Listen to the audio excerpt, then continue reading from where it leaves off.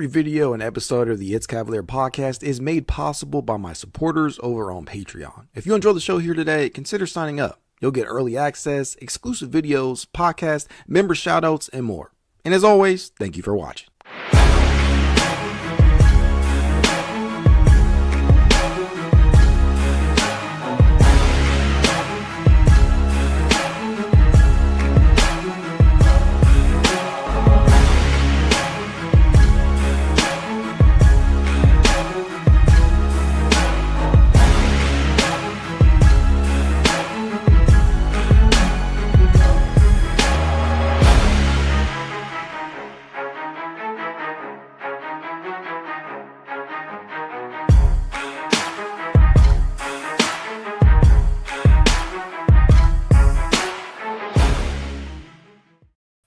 Welcome to another live edition of the It's Cavalier podcast. Man, you know, during the offseason, you kind of get yourself in the state of mind that you're going to see some type of change, whether that be in the coaching ranks or whether that be with the roster.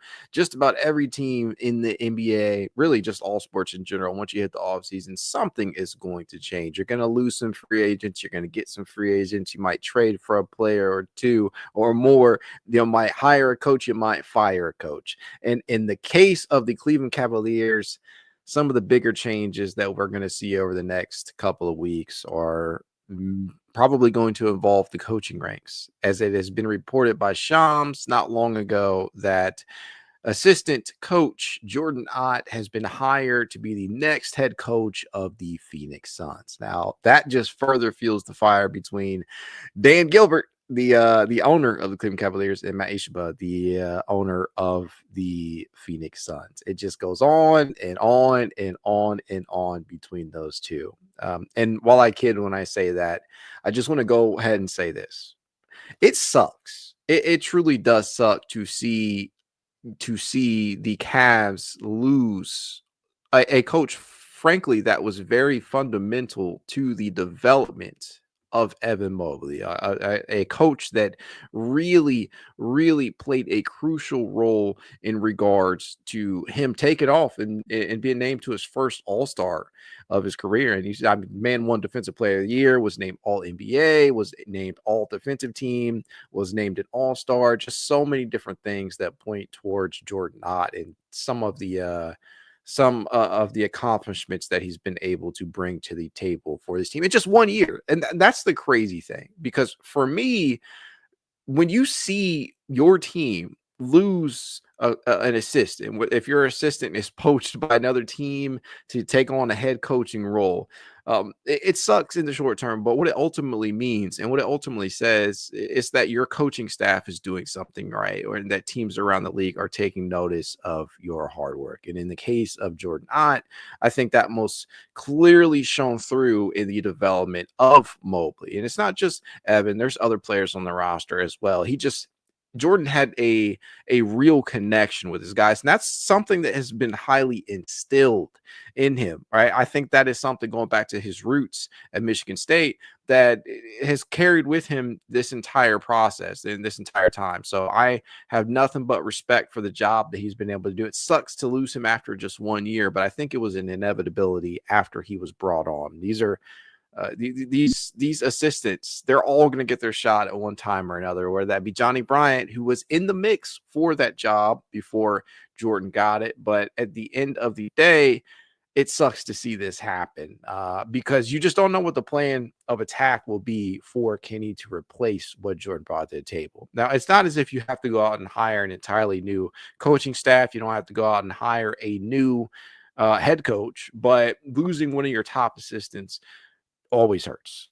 It truly does. So it'll be very interesting to see what Kenny Atkinson and company do to replace Jordan. Now, Johnny's still in town with the New York Knicks. I think they may want veteran leadership at that position. So it's going to be really interesting to see what direction they go in regards to their head coaching search. But Johnny remains a candidate, one would have to believe. So it was always a really big possibility that after the 64-win season that this team just had, and listen, I could give a fuck about the way that the playoffs ended in regards to the coaching staff. Well, not the coaching staff entirely. Kenny deserves some blame, but Jordan and Johnny, I don't blame them too much for what occurred. Now, at the top, right?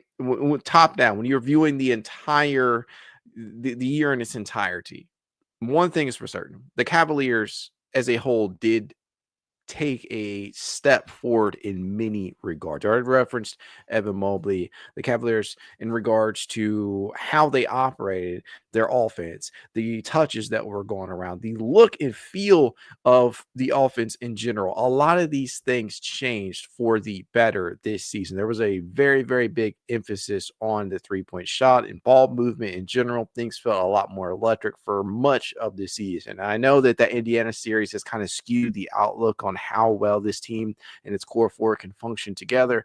But when you're looking at the entirety of the season they just had, it's hard not to be impressed by what they were able to do in such a short span of time. And that's Jordan, that's Johnny, that's Kenny, obviously, DeMar Carroll, and a number of other people. To me, it's a huge credit to the work that they have been able to do. And Kenny, he's at the forefront of that. And this is just one more cap in the feather in the cap rather for Kenny Atkinson.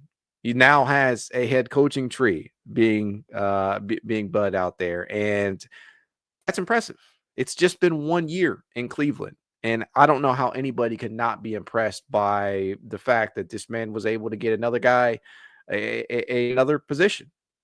That should be commended. So regardless of how you feel about the Cavs' failure in the second round, in the core four struggles, Jarrett Allen, Donovan Mitchell, Darius, Garland, whoever, Evan Mobley, you can't take away the entirety of the season and the growth that was shown. So credit where credit is due in that regard. But again, we'll have to see what ends up happening with Johnny Bryant. But the possibility does remain. You have to prepare yourselves.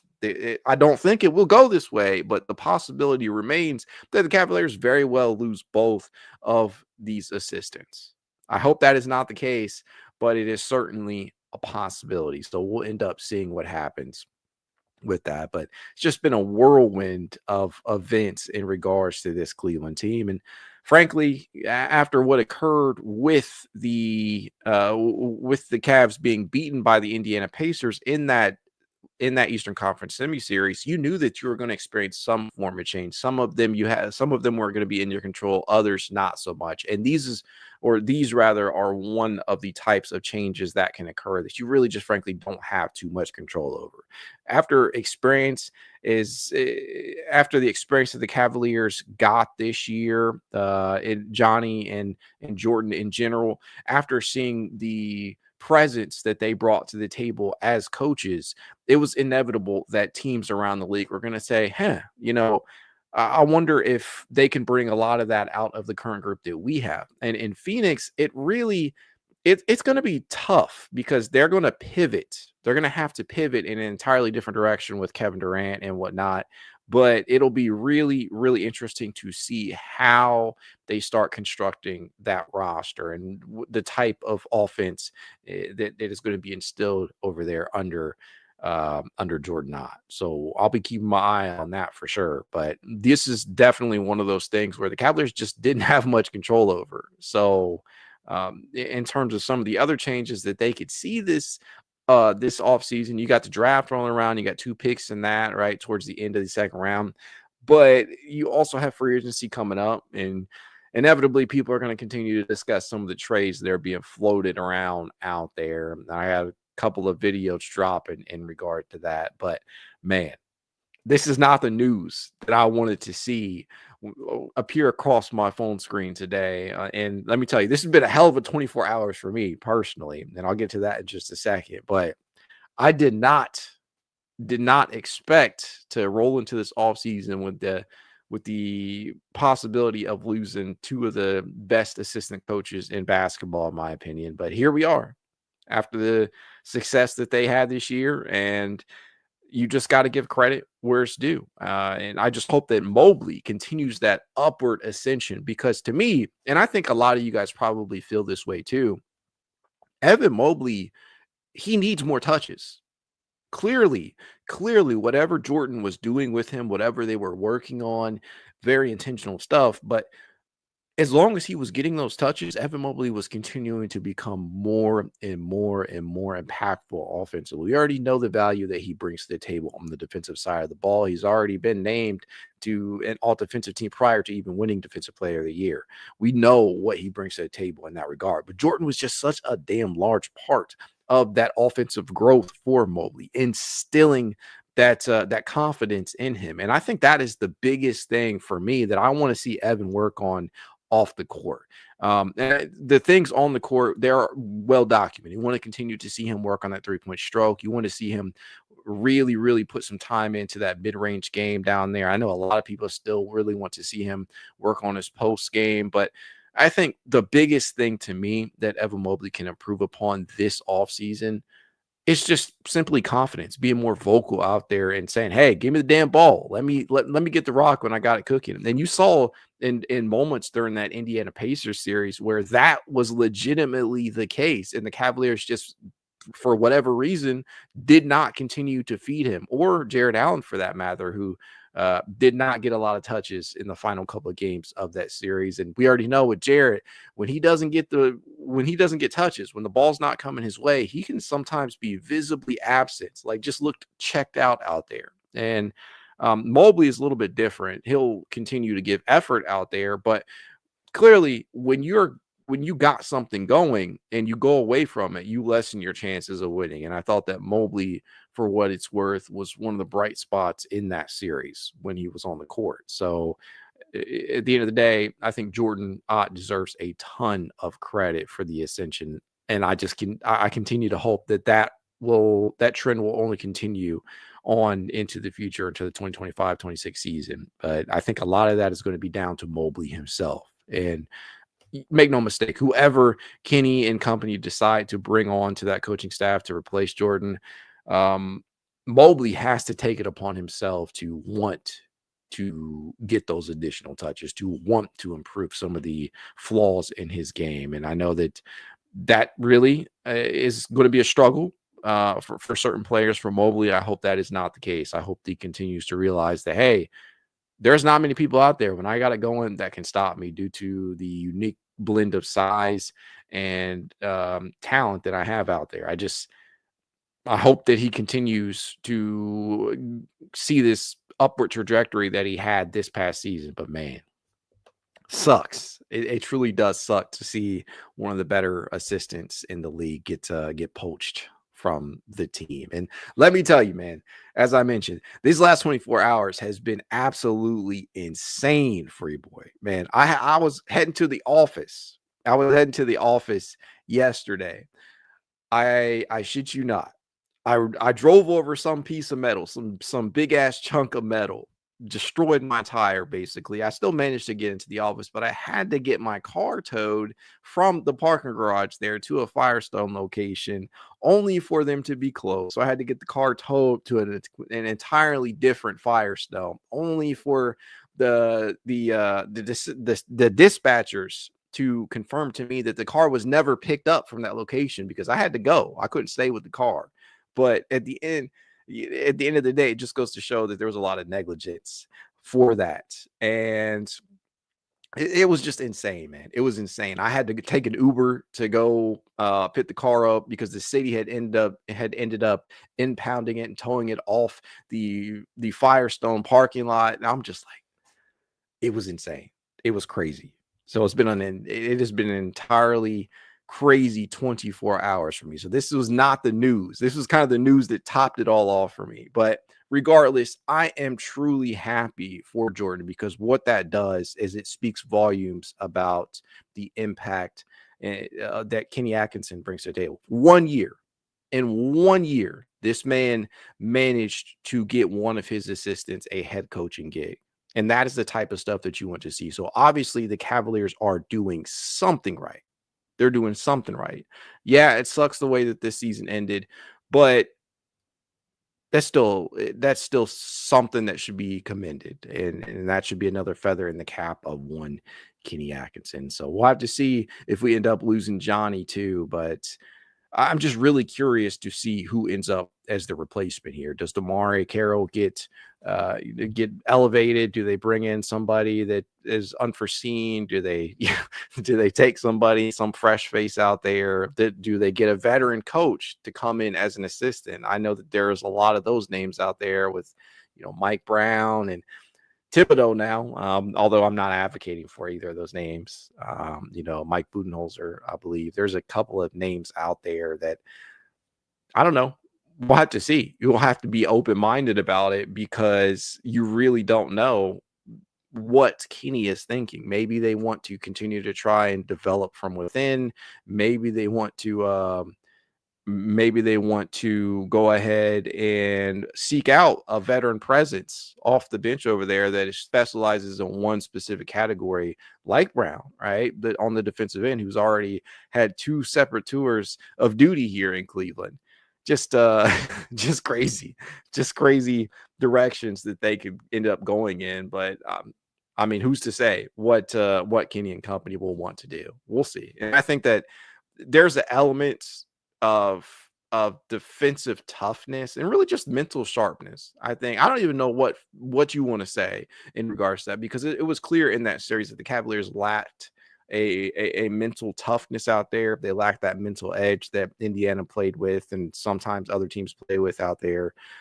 It wasn't something that I felt that they couldn't have overcame, but we all know the discourse with that in regards to the Cavaliers not taking advantage of the open space that they were provided and some of the injuries that occurred. There were a lot of different reasons why the Cavaliers lost that series. But at the end of the day, I think the one thing that a lot of people will agree on is that there was a lack of toughness out there in some form or fashion, whether you consider that to be physical, whether you consider that to be mental. I think that a voice out there that can help elevate that on the defensive end probably would be important to have, but we'll see what Kenny cooks up in that aspect. But yeah, I'm very interested to see the direction that they go in. Cameron Johnson says this is a major credit to Kenny finally getting a coaching tree. Yeah, I mean, first year in Cleveland, after taking time off and coaching at the assistant level with Gold State and a number of other teams, for him to come back in his first season as head coach and get one of his assistants hired, that's a big deal in my book. I don't care if you think that the season was a failure within itself. And yes, the Cavaliers did not advance past the second round, and they made it to the second round last year too, but it felt different. The reasons they lost this year weren't the same reasons they lost last year. And believe it or not, there were a lot of areas of improvement this year overall. Cameron also says the big thing about us is lack of toughness, but it bring that culture out into the staff. How would you feel about Tibbs or Frank, defensive-minded guys? Tibbs, no. Frank Vogel Frank Vogel would be okay, I think, in my book. When you talk about assistant coaches, clearly there is a level of impact there, but in regards to figuring out who you're going to hire and who is the right person for the job, that is always a tough thing. And if you're looking for somebody that specializes in one specific category, I think Frank Vogel would be a name to take stock of, at the very least.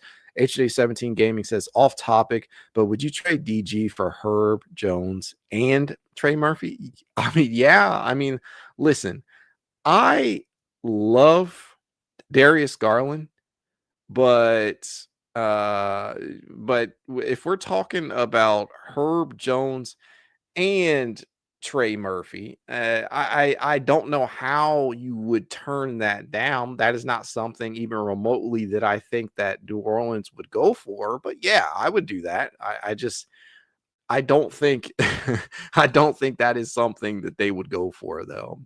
I like the potential that both of those players have, but I don't see that being the case. Yeah, Darius is probably not going to be on the move this season. I think that if there is a member of the core four that will be moved or could be moved, it is more likely Jarrett Allen, who I could see possibly being moved for Herb. But even that is there's things you're giving up in that trade, right? You're obviously improving on the wings, but I think your defense will suffer a hit. Your rebounding will suffer a hit. So you have to get that. You have to get a big, and you already need a third big. So my ideal trade involving Jarrett Allen would probably be Herb and Emoni. That would be perfect because not only do you get a solid big, a promising big man coming off a rookie season, you get a proven commodity in Herb Jones. So I think if you're expecting anything out of the core four in regards to trades, is probably more likely to be a Jarrett Allen deal. But honestly, I just don't see any of the core four being moved this year unless the Cavaliers are blown away by an offer. And I don't want people to misconstrue that as me saying I don't want moves to be made, period. I'm just saying unless Kobe Altman is floored by whatever trade is being offered to him, or there's a proposal out there that is just too damn good to refuse, I don't see a move being made at the top level. I foresee maybe some small time deals. And then I know Isaac Okoro is probably the first on the chopping block, not only for salary cap purposes, but to look to improve as well. But the Cavaliers, they don't have a lot of tradable contracts or enticing enough contracts that would make me feel that a move should happen, right? Because as presently constructed, they are a second apron team. They do have some avenues where they can get out of that, but that hard caps you any type of movement that you do. So there's consequences for anything that you do. And the Cavaliers will have to take all of that into consideration when making said trades. And we'll have to see. We'll go from there. There's also the free agencies of Sam Merrill and Ty Jerome. These will all be things that are factored in. Cameron says, would you be interested in an older defensive-minded assistant coach? I think I already mentioned that. Andrew Coachell says, bring Mike Brown home. Mr. Potato Head himself. That's crazy. Mike Brown is a name that I just don't think will end up in Cleveland for a third time. Third time's a charm, maybe, but no, I don't think that'll end up happening. Would that be a name that would be in the running for me? Yeah. Jake B says, I'm mad as a Suns fan. I wanted Bryant. I guess not, though. Jake, man, I think that when you see what he specializes in, meaning Jordan, I think you'll start to see why Cleveland fans are so high on him and why the coaching ranks really appreciated him and respected him, because his is a background in player development. The leap that he got out of Evan Mobley, and yes, Evan is massively talented. He is still quite raw in certain areas, and he always had the talent to get to the point where he is now. But sometimes it takes a certain type of voice to get that out of you. And I think that Jordan did that for Evan this year, and getting him to his first All-Star game, getting him to Defensive Player of the Year, getting him to All-NBA and all these other accolades. So while things are a little different, the roster is constructed a lot different over in Phoenix. I think there are reasons to be excited for Jordan Ott, and I mean, that's where I'll leave it at. Cameron Johnson says, what's been your favorite / most realistic trade out there so far? I think the most realistic, and I'm just going to go back to it, is Allen for Herb. And to me, you're shedding some salary because Herb is making quite a bit less than Allen, but is that a move that the Cavaliers would really feel enticed to make?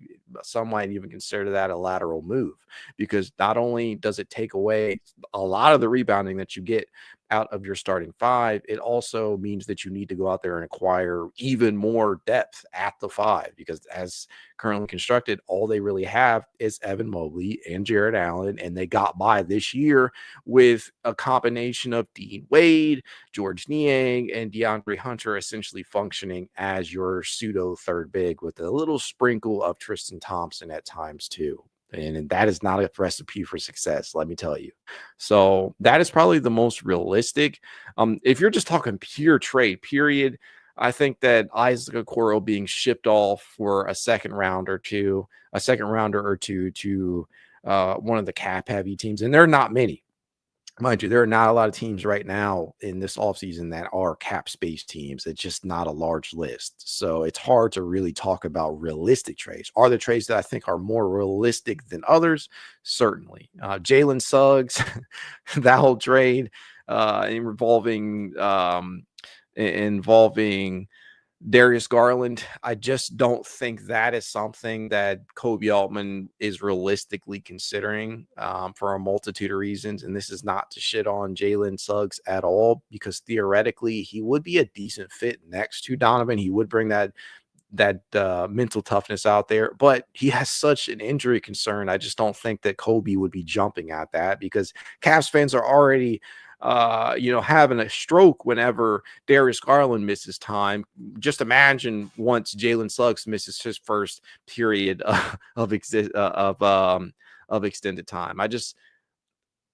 There is a lot of concerns there. So it's really hard to suggest like a realistic trade. It's always fun to get in the trade machine though, and cook some stuff up. I've seen a lot of different things out there. I know one of the more popular items of debate was I think from ESPN and the Cavaliers being able to get the rights to select Cooper Flag for Jarrett Allen and Donovan Mitchell, a trade that involved them. And that is not something that I'm very high on, just because I think if you're going to move both of these guys, especially Donovan Mitchell, you want to get more of a proven commodity. And yes, I do think Cooper Flag is the real deal. I do think he is going to be an awesome pro. He's not proven yet. He hasn't played a minute of NBA basketball. So I say all this to say it's really hard. It's really hard. James Lee says, we are taking Johnny Bryant from you, New York forever. I mean, I am not ruling that out. I hope that's not the case. I'm a huge fan in Johnny Bryant. The Cavaliers in general have been huge fans of Johnny Bryant. Obviously, Donovan Mitchell and his connections to Johnny, that matters too. But if New York comes to calling and offering the job, it probably would.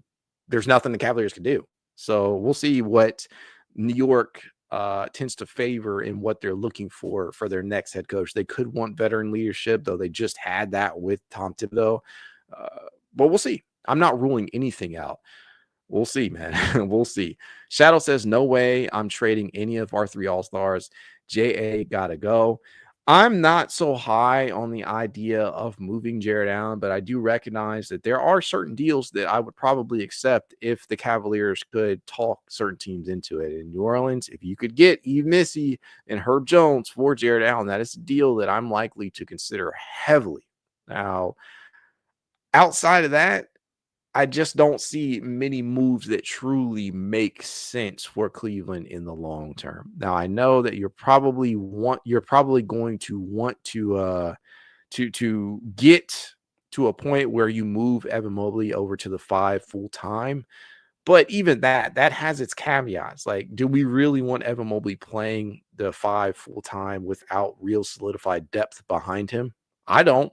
I just don't think that's a good idea. The Cavaliers, they need a third big really, really bad. Not just somebody who can play the 4, not just somebody who can play the 5 for small spurts or instances. They need a true 5 out there. They need a true big out there, preferably a stretch big who can rebound, play a little bit of defense.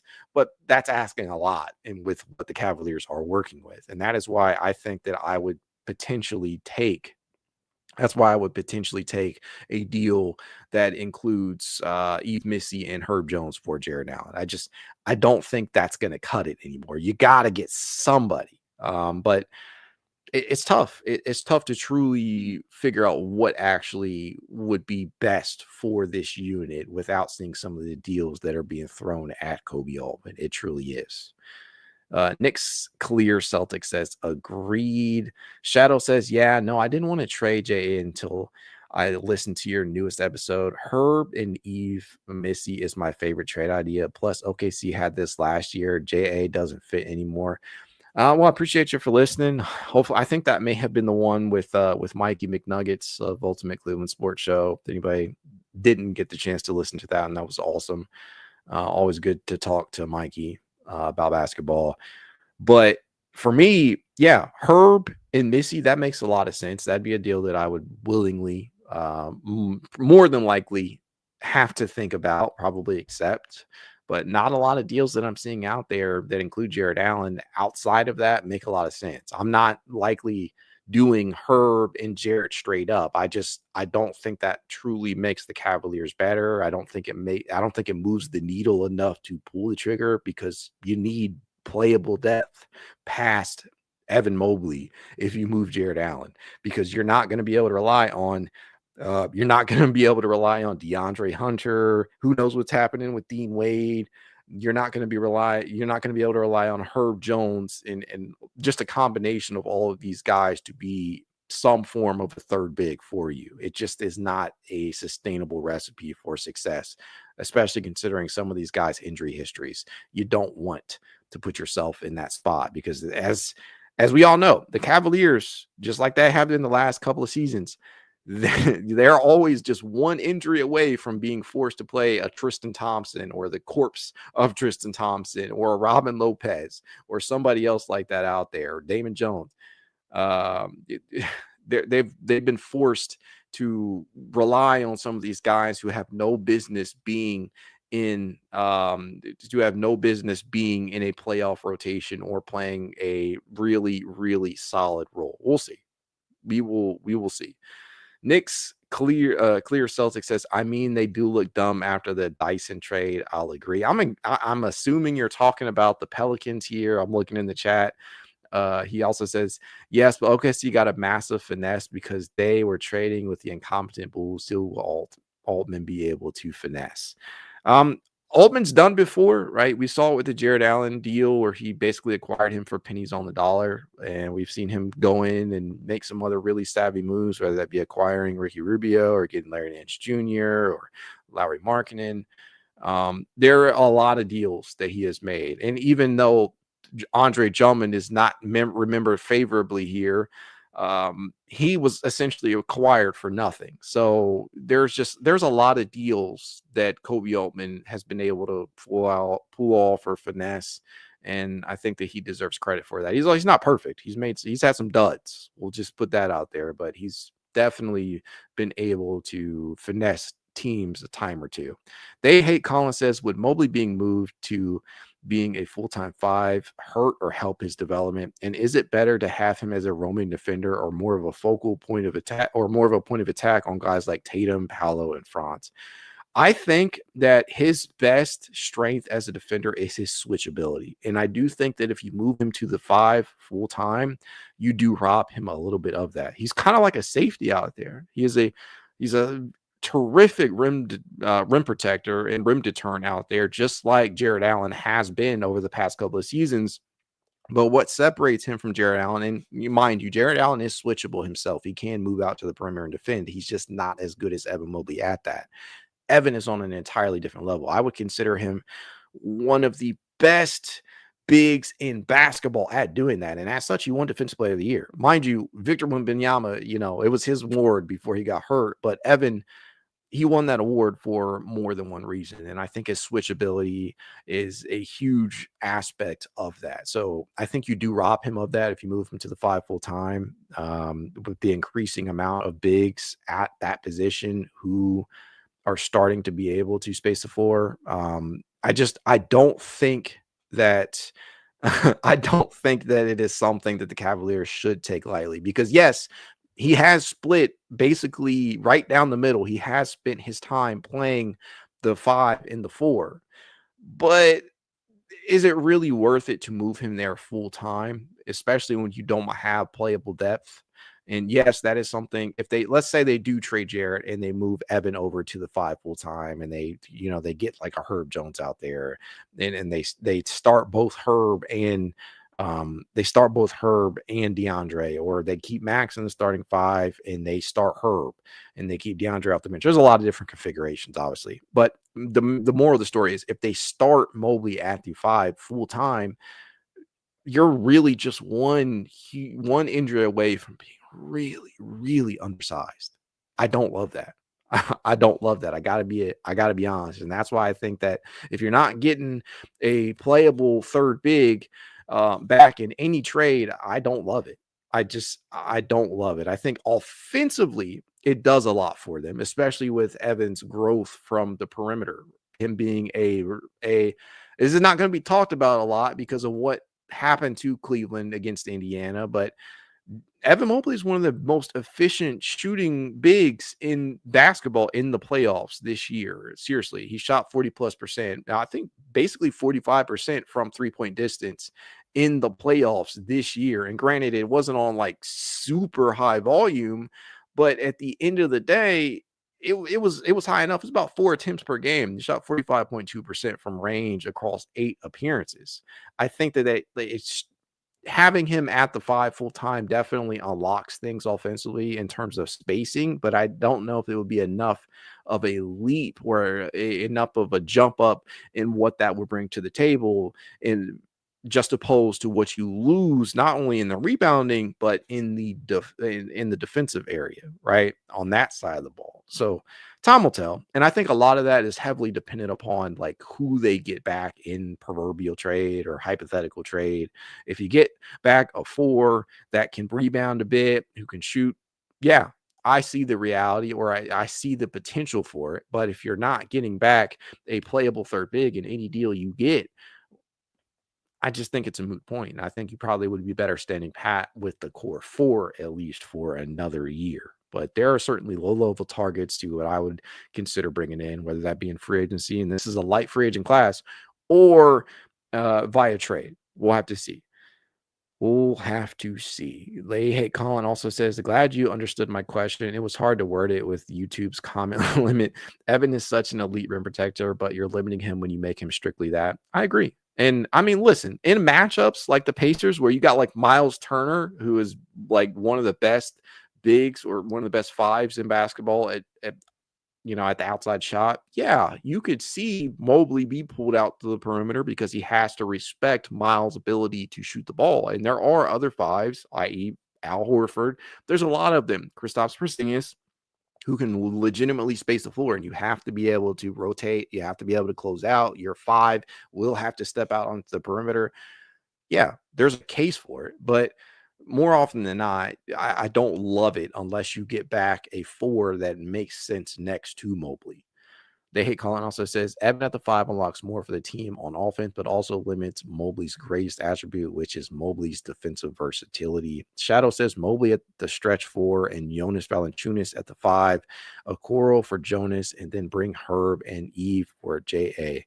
Now, that's assuming that New Orleans would do the deal. I don't. I really don't think they're giving you a promising rookie and a highly skilled guy in Herb Jones out there for Jarrett Allen. I think you'd probably have to reconfigure that deal somehow. And with Cleveland being a second apron team and having to figure out ways to shed salary in the first place, I just don't see that.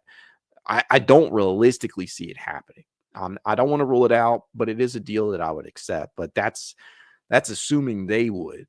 Mobley at the 4 and Jonas at the 5. And that indicates that you're moving Okoro for Jonas, which that would be cool. But I don't see that happening. I think the Cavaliers should definitely be looking at moves for Isaac. And you guys know I'm a huge fan, but it remains to be seen whether or not you can trust Isaac in a playoff scenario. They Hate Colin says, no shade to JB, but do you think the way he used Mobley slowed his progression down? And do you think if we had Kenny since his rookie year, he would be way more advanced in this game? Yeah. I mean, again, no disrespect to JB. And you guys know, I mean, huge JB fan. I remain a JB fan for the work that he's done, not only in Cleveland, but in Detroit as well, in his first year there. But yeah, I do think that he probably would have been able to get more out of Evan. But again, this is assuming that he would have been as good as he is now, because he did spend considerable amount of time at the assistant level with Golden State, winning a title with them, and he had a couple other stops. So like hypothetically, if we get this year's version of Kenny coaching Evan Mobley rookie year and on, yeah, I think you could make a really solid case considering his player development background that, yeah, he probably would be more advanced than he is now. But that's always that's always a slippery slope to suggest those types of things. Fair enough question though. Jake B says, I do think Allen for Herb and Missy would be good for Cleveland, but I don't see Nola doing that deal. That's just me. I don't either. I think that would be good. Still remain a huge fan of Jarrett. If you're not getting a deal like that, a return like that back for Jarrett, then I say just keep Jarrett. That's where I'm at with that. But it remains to be seen how valuable Kobe believes that Allen remains to this team. And based on what he said at the end of season media session, and granted, he was never going to say anything different at that point in time, I do think that he still does have a belief in Jarrett, but Jarrett's not untouchable. That's the thing. Shadow says Nola has highly coveted JA for like 5 years now. I mean, yeah, they have, but Eve Missy is not a slouch. They just drafted him. He did look promising this year, and I just don't think they would be willing to sacrifice both, especially considering that they are very likely to be heading towards a teardown if all of these pieces are on the table. If whatever happens with Zion, if CJ McCollum, and there's just a lot of different things that Jonte Murray and Herb, they have a lot of shit to figure out. That is really what I'm trying to say. They have a lot of things that they have to figure out in a short span of time. I don't think that they would be willing as of right now, and this could change, pending the outcome of a couple of different things. I don't think as of right now they would willingly accept a deal that sends both of those guys out. I just don't see it. I think it would have to be like a 1-for-1 thing. And for salary purposes, it would most likely have to be her straight up for Jarrett. And I just don't see that being the case. Andrew Coachella says, I think Kevon Looney would be a great pickup in Cleveland if they can make the money work. Yeah, I do think that there's a reality in which I think he would be a solid role player for Cleveland, considering that they need a third big. But for my money, I would probably, if they're not going to trade for a third big or make a move that includes a playable third big, to me, what I would likely want to see them do is hit up the veteran free agent market. I mean, you guys are probably going to laugh. You're probably going to grill me on this, but I do think that a guy like Bismack Biyombo would probably be somewhat impactful here. He's still a quality rebounder. He's a dependable enough rim deterrent at this point in his career. Probably not somebody that would cost you really any money at all past a veteran minimum. And I think what he did in San Antonio, that still shows you that he can get the job done in limited action. So to me, that's definitely a guy I'd be giving a phone call to. I think that you really need to be keeping an eye on Guerschon Yabusele, a guy that I was really interested in last offseason after his run with France, and his connections to Kenny Atkinson. That was a guy I would have loved to have seen in Cleveland this year. I think he probably would have been a solid backup big here. Larry Nance Jr. still looms large, but he has his own concerns, especially in regards to health. Maybe Paul Reed. There's a couple of names that I would definitely consider out in free agency if you're not going to trade for a big that would be playable, but we'll see, man. We will definitely see in that regard. The Cleveland Sportsman says the big problem is backup bigs don't grow on trees and the Cavs don't have money to sign anyone. Yeah, in on both sides of this, right? If you say that they don't grow on trees, that is definitely correct. It is hard to get a playable third big for cheap these days. But there are some guys on the free agent market that I think could be acquired for the veteran minimum that could still contribute at least 10, maybe even 12 minutes a game. And I think Biyombo is definitely one of those guys. I think Larry is definitely one of those guys. I think Paul Reed and Guerschon Yabusele, I think those are definitely guys that could contribute in a playoff environment. And I'm not saying they got to be everyday players, but I definitely think that they could contribute minutes.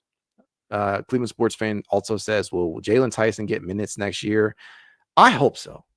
it is my greatest hope if any of these prospects, and make no mistake, I love Craig Porter Jr., huge fan of Emoni Bates, still a big believer in Luke Travers. I do think that there's something there in Naquan Tomlin. But of all these prospects that I absolutely want to see in their rotation next year, or at least get a chance, it is Jalen Tyson.